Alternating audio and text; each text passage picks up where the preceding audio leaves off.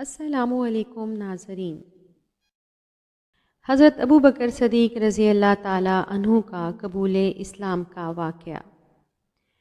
روایات میں ہے کہ حضرت ابو بکر صدیق رضی اللہ تعالیٰ عنہ نبی کریم صلی اللہ علیہ وآلہ وسلم کی نبوت سے پہلے تجارت کی غرض سے ملک شام گئے ہوئے تھے۔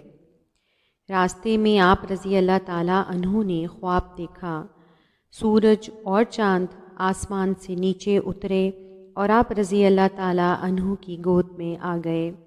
آپ نے ان کو سینے سے لگایا اور اپنی چادر سے ان کو اوڑھ لیا۔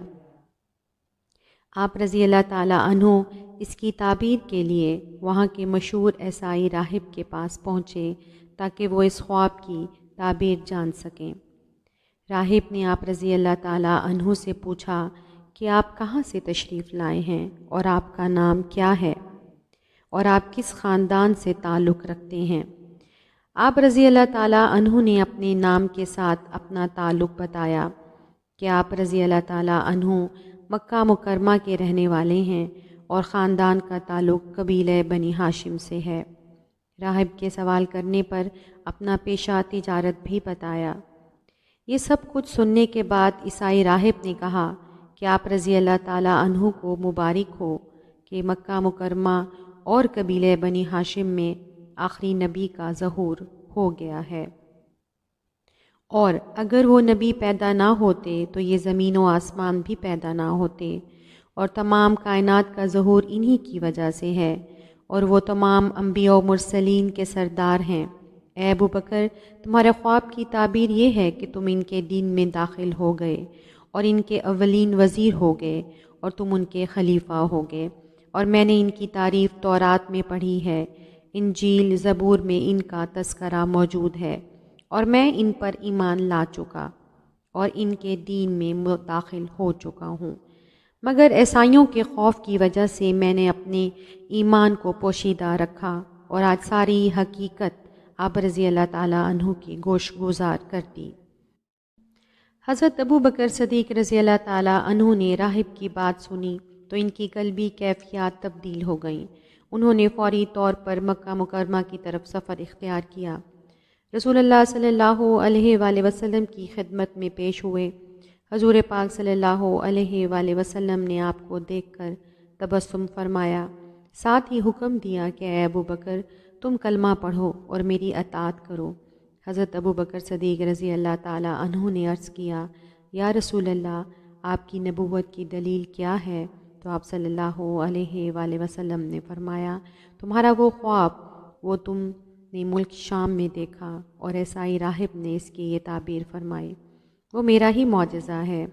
حضرت ابو بکر صدیق رضی اللہ تعالیٰ عنہ نے آپ کی بات سنی تو عرض کیا، آپ نے درست فرمایا ہے، میں گواہی دیتا ہوں اللہ کے سوا کوئی معبود نہیں اور آپ اللہ تعالیٰ کے بندے اور رسول ہیں۔ گویا انہوں نے کلمہ شریف پڑھ لیا۔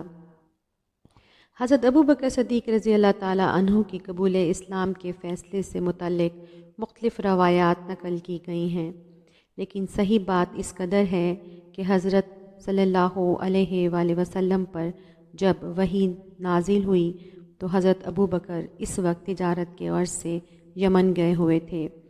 جب واپس آئے تو سرداران قریش سے ملنے گئے۔ حضرت ابو بکر نے پوچھا، کوئی نئی بات؟ لوگوں نے کہا کہ ہاں، ایک نئی بات یہ ہے کہ ابو طالب کا یتیم بچہ نبوت کا دعویٰ کرتا ہے۔ یہ سن کر حضرت ابو بکر صدیق رضی اللہ تعالیٰ عنہ کا دل تڑپ اٹھا۔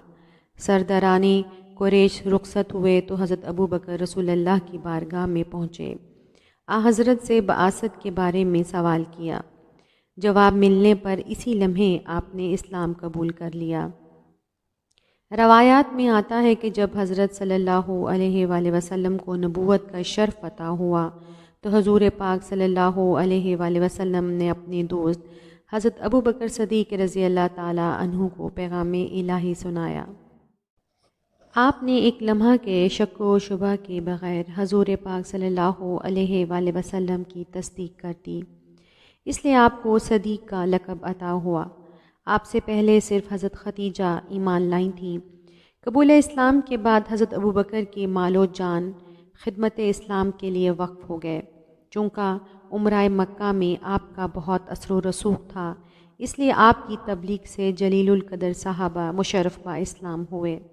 ان میں حضرت عثمان رضی اللہ تعالیٰ عنہ، حضرت زبیر رضی اللہ تعالیٰ عنہ، حضرت طلحہ رضی اللہ تعالیٰ عنہ اور حضرت عبد الرحمن بن عوف رضی اللہ تعالیٰ عنہ وغیرہ کے نام قابل ذکر ہیں۔ ان کے علاوہ آپ نے بہت سے ستم رسیدہ مسلمان غلاموں اور لونڈیوں کو بھاری رقوم ادا کر کے آزاد کرایا۔ یہی وہ خدمات تھیں جن کی طرف اشارہ کر کے حضور پاک صلی اللہ علیہ وآلہ وسلم فرمایا کرتے تھے، جان و مال کے لحاظ سے مجھ پر ابو بکر سے زیادہ کسی کا احسان نہیں۔ آپ کی ان سرگرمیوں کو دیکھ کر کفار مکہ آپ کے جانی دشمن ہو گئے۔ آپ کی بزرگی، دولت اور اثر و رسوخ کے باوجود آپ کو مصائب سے دوچار ہونا پڑا۔ ایک موقع پر آپ کو اس قدر پیٹا گیا کہ آپ بے ہوش ہو گئے، لیکن حضور پاک صلی اللہ علیہ وآلہ وسلم سے محبت کا یہ عالم تھا کہ ہوش آنے پر آپ نے پہلا سوال یہ کیا کہ رسول کریم صلی اللہ علیہ وآلہ وسلم کہاں ہیں؟ حضرت ابوبکر صدیق رضی اللہ تعالیٰ عنہ اسلام قبول کرنے میں دوسرے شخص تھے۔ پہلے نمبر پر آپ کی زوجہ ام المومنین حضرت خدیجہ رضی اللہ عنہا ہیں، جبکہ دوسرے نمبر پر حضرت ابوبکر صدیق رضی اللہ تعالیٰ عنہ تھے۔ حضرت علی رضی تعالیٰ عنہ سے کسی شخص نے پوچھا کہ مہاجرین اور انصار نے حضرت ابوبکر صدیق رضی اللہ تعالیٰ عنہ کی بیعت میں سبقت کیوں کی، جبکہ آپ رضی اللہ تعالیٰ عنہ کو ان پر فوقیت حاصل تھی؟